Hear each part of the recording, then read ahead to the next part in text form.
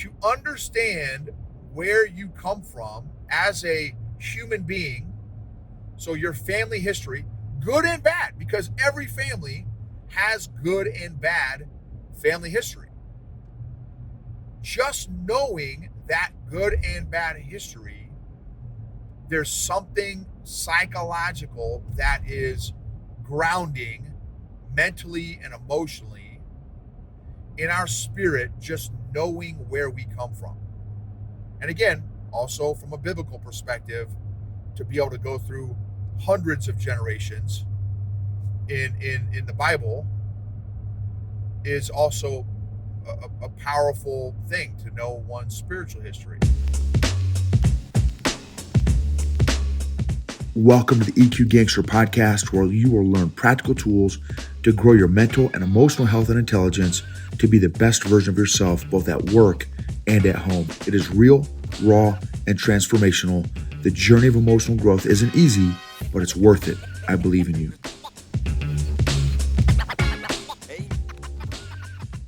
EQ Gangsters.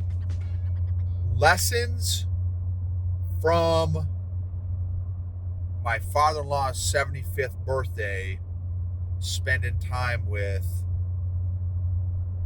like 30 family members. 3 generations, 30 family members, through 4 kids, adult kids, and each one of those 4 kids has a truckload of kids.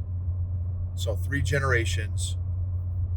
So my father-in-law, his wife, and the next generation, right? The kids, and then the grandkids. So for a total of probably about 30 folks spending a weekend together. So some phenomenal lessons here, y'all. Phenomenal lessons. So, and think about this for your own family members and stuff like that. And all this, again, is lessons in EQ of self-awareness and social awareness, of just the constant growth of those 2 areas. So self and social awareness, in order to become better at managing self and managing teams and groups and families in some cases, right? To just learn and better our skills at doing all this stuff. So here are some lessons. One is, it was amazing spending, let's say, 36 hours together, not quite 48 hours together. So it was a turn and burn. And 3 generations of 30 people absolutely loving each other with no drama. No drama the entire weekend, and smiling, laughing, everyone getting along. It was amazing. And among the different groups, right? So the teens with the teens with the adults with the teens, the adults with the adults, the little kids with the little kids, the little kids with the teens, the little kids with the adults, the vice versa, right? So all the cross sections, all the girls, the ladies, the women with the women, the dudes with the dudes with the women with the dudes. Like, any way you cross section it, everyone gets along, which with 30 people is crazy. And there was even one time when all the sisters and sisters-in-law, like, knocked out, right? They got the kitchen cleaned and got it all ready and ran errands and got food and drinks and all this kind of stuff, and they would do it together because they all get along. And what's interesting is the 4 sisters and sisters-in-law, whatever, are all different personalities. There's a choleric, there's a melancholy, there's a dominant personality, there's a conscientious personality, there's an influencer, sanguine personality, and there's a steady phlegmatic personality. They literally have one of each of the different personalities, and they all get along and work great together. And all the dudes, there's 3 steadies and an influencer. So there's 3 phlegmatic steadies and 1 influencer sanguine, and we all get along. All the dudes do, all the dads, and then we get along with my father-in-law, I call him Dad Knapp, and Grandma Crystal, his wife, who is his 3rd wife, because his first wife, the mother of his children, passed away when they were in high school of cancer, and they were married for 20 years. And then his second wife of 20 years. Oh, and by the way, his second wife and him blended 8 teenagers after, very tragic. Both families went through very tragic things, because his second wife, her husband died of cancer. Of course, his wife had died of cancer, so they married. Then they were married for 20 years. She died of cancer. And so now this is his 3rd wife, Grandma Crystal. And so boom. So that, again, lots of really fascinating family dynamics there. And everyone gets along, again, which is crazy. The next thing is, so that's interesting, right? One of the things is, another interesting insight, lesson, whatever, is like 5 to 7 generations that all love the Lord. Like, all Christians love the Lord, Bible reading, active faith, like active relationship with the Lord. 5 to 7 generations of that love the Lord and stuff, with a biblical values, we'll say. That's amazing, like amazing. And and so that was neat. Another thing that's neat is, so last night he shared with the whole family, like all 30, literally all 30 family members, from like 6, 7 years old to, again, all us old kids like are in their 50s now. 30 of us, for 3 hours, the family history. Like, we sat in this big living room, and he had a slideshow of like his life, and like his parents and his grandparents, and went through chronologically, kind of like the story of his life. And we video recorded it too, by the way, which is super dope for our kids and their kids when they have kids and grandkids and all this stuff, to kind of keep that wisdom in the family. It was fascinating, absolutely fascinating, which is another thing. I asked him last night, Dad, what is it about learning someone's history, family history, and I would also argue national history, that is so powerful? What is it? And he's like, dude, it is to understand where you came from. That's why reading the Bible is so powerful. Spiritual history, to understand where you come from as a human being. So your family history, good and bad, because every family has good and bad family history. Just knowing that good and bad history, there's something psychological that is grounding mentally and emotionally in our spirit, just knowing where we come from. And again, also from a biblical perspective, to be able to go through hundreds of generations in the Bible is also a powerful thing, to know one's spiritual history. Again, national history. We've got some amazing national history for us, America. Now it's in comparison to some other history, countries' histories. It's very young. A couple hundred years old is very young on the global scheme of things. And we've got, as a country, some great history and some terrible history. And both are important to know. It's important to know, again, good and bad stuff. We, as human beings, we are capable of some amazing, like literally amazing things. And we are also capable of some incredibly evil, vile, despicable, disgusting, repulsive things. And both are important to know, to ground us and make us realize what we are capable of on both ends of the spectrum, to help us walk in, for obviously with me and biblical principles, that straight and narrow. Okay, I want to choose this path, not this path. And I've got family history of both, of great things and bad things. So that was powerful, just to be able to experience the human history side of, like,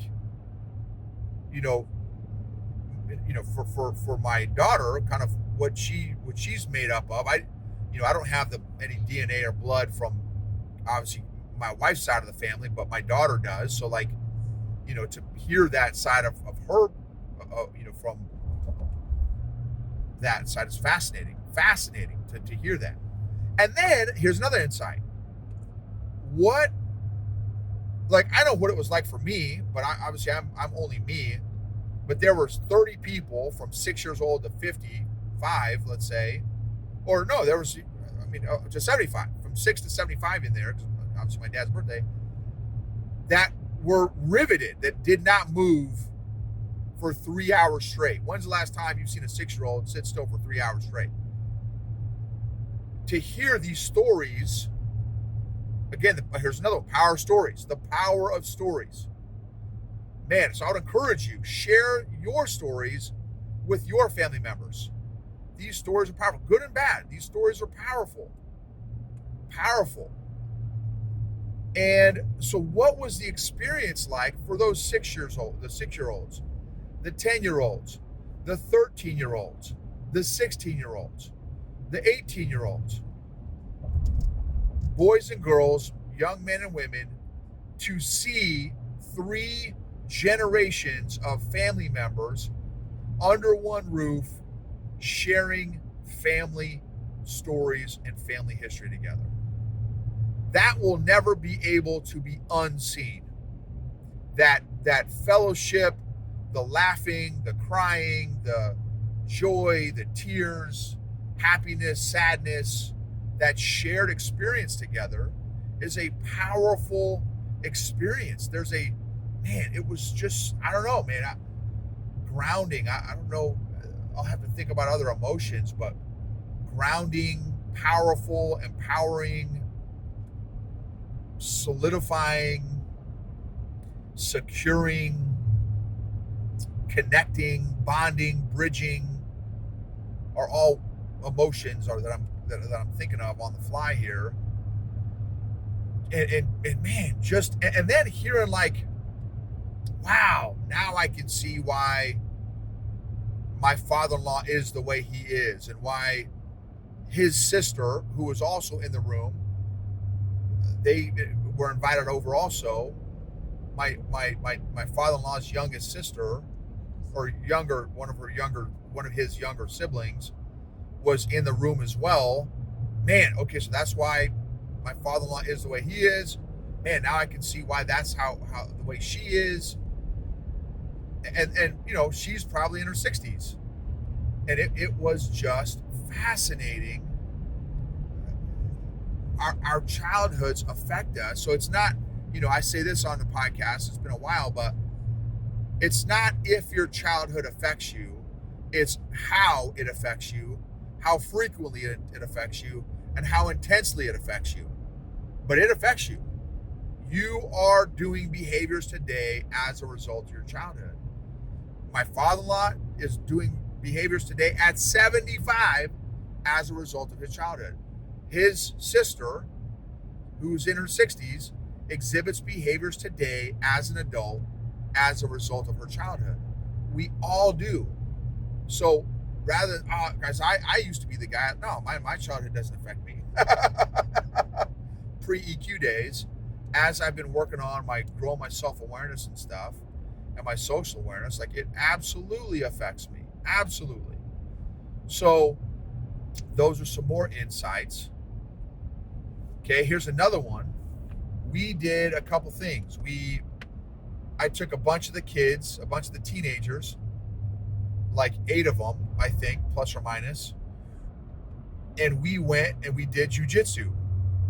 One of the teenagers, who's about to be 20, Big Gabriel, researched a local open mat for jujitsu and said, hey, Uncle Noble, you want to go rock some combat cuddles? Because he's been doing jujitsu for a few months, 4 months. And I'm like, bro, absolutely.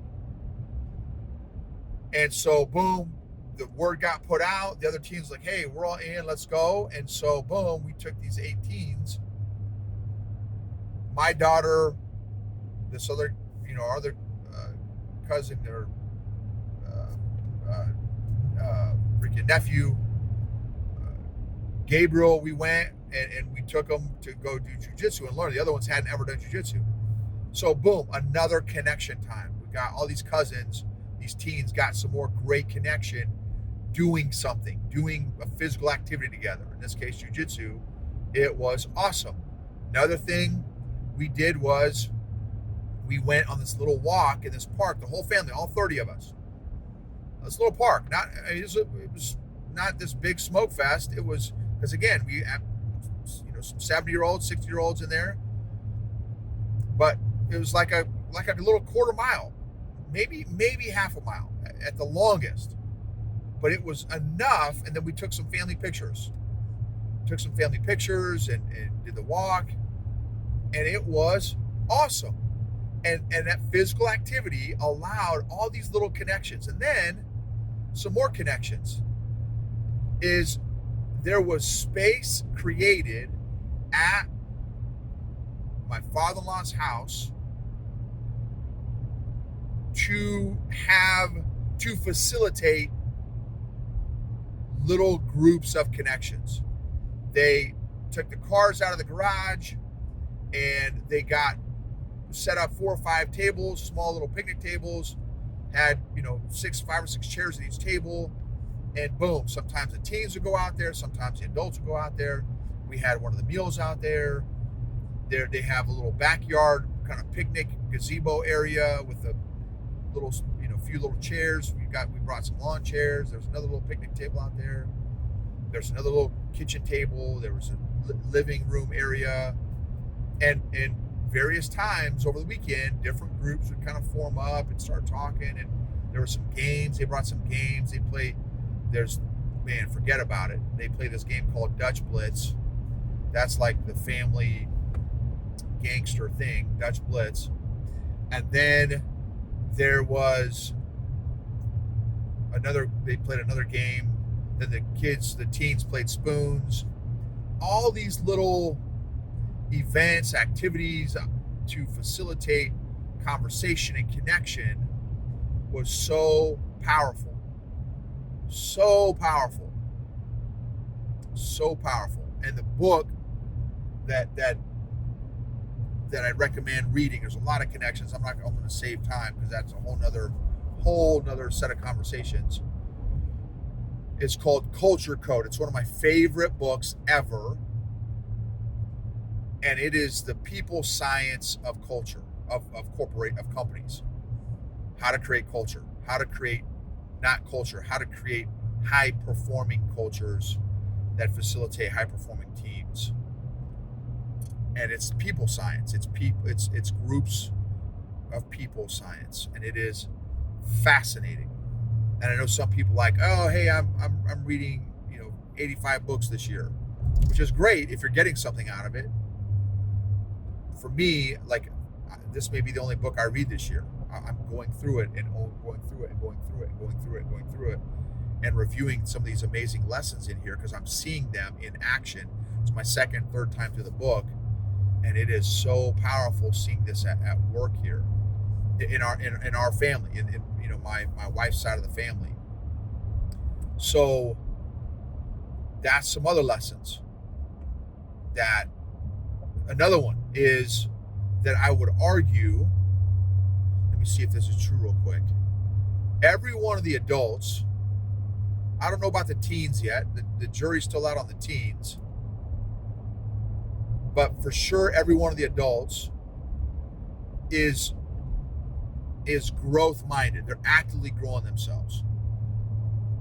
At a minimum spiritually, also I would argue physically, whether it's walking or whatever, right? Some degree of physical growth, lifting weights, I do jujitsu, going to the gym, whatever, again, walking. So spiritually, everyone's growing themselves. Physically, to some degree, everyone's kind of growing themselves. And I think there's a lot to the humility and curiosity that is required of having a growth mindset. Now, I won't say that it's, I won't say that that's 100% because I don't know that everyone necessarily, let's see, humble and curious. Maybe so. I would say so. I mean, I think there's a level or degree of humility and curiosity that's required to grow yourself spiritually, and maybe physically. I don't know, maybe not as much physically as spiritually, but growth minded, right? That is who's in my circle. So not just family, because I dig all of my wife's siblings, love them. I could hang out with my wife's siblings. They're just so easy to hang out with, all of them. And not just the siblings, but the spouses also. Like, she's got 2 brothers and a sister, and I love all of them. All of them. And again, that's rare. It's rare when you have that dynamic. So, but growth is the value. Someone that is actively growing themselves, for me, is a core value for me to spend time with somebody. Another insight is how awesome the teens are. Not that the teens aren't without challenge and still have some dialing in to do, like all of us do. The adults, we all have stuff that we need to be dialed in at as well. But the teens are such great kids, such great young men and young women. And they have, all of them have grown and matured just in awesome ways. Again, do they still have some dialing in to do? Absolutely, just like the adults do. Just such great kids. So that is another great insight. And then it's like, okay, another thing that I feel is like, okay, well, man, I need to keep dialing in myself so that the next time, I got another one too, so that the next time that we spend time together, I can help be a part of adding value to this family that I'm a part of as, one of the outsiders into this family, or what do you call it, the in-laws or whatever. So then another one is the importance and the sacrifice that is required to facilitate these collisions or connections, collisions as the CEO of Zappos, the former CEO of Zappos would say. It's his term for connections from the book Culture Code. It takes intention and sacrifice and time and resources to do these connections with families that live all over the country, and it's worth it. It is so worth creating those connections, not just for us, the adults, the kids, the first generation kids, but also the grandkids. For my daughter, our daughter, and her cousins, it's so important for those relationships for them to, because now our daughter, because we've been consistent at doing these link ups over the years, my daughter's going to have an army of cousins that she's going to have relationships with, that I hope she continues in her life when she has kids. And I hope she keeps making the sacrifice and the investment, the budget for, and the time, and not just, the money and the time, but money and time to go meet with her cousins and their kids, and to create that, again, that continue that family legacy going. And yes, it's inconvenient, but man, it is so worth it. It is so worth that time investment, that money investment to develop those relationships. It is so worth it. The other one is to continue to work on our own EQ so that we can have great relationships with each other. If I'm unwilling to work on my EQ, that's going to affect everything. It's going to affect everything. EQ affects every single relationship. Whether you're aware of it or not, whether you like it or not, your EQ affects every single relationship that you're in, personally and professionally. So anyway, that's a truckload of insights. Did I miss any? Did you guys think of? So, man, and now I will say, my family, love my family, so thankful for my family. I'll say it this way, I would have a different set of lessons that I would share from my family. And I'm not saying good, bad, and different, just a different set of lessons. So I'm thankful to be able to see, both sides of the family. And in full transparency, I need to do a better job. Well, I would say with both sides, I need to do a better job of being more consistent at communicating and connecting with my wife's side of the family, and communicating and connecting with my side of the family. I've got to do a better job at both of those, and not just like my mom, but also my sister and nephews and nieces and cousins. Like I need to do a better job of communicating and connecting with my side of the family, and I'm not good at. I have not been good at doing that. So that's another takeaway that I've got is I want to be more intense. The older I get, the more I care about family and relationships, and the less I care about crap and stuff. And like it's about, the older I get, about creating memories and building and strengthening relationships. So anyway, thank you. You are worth discovering more about how God created you and how God created those around you to become the best version of yourself and help others become the best versions of themselves as well.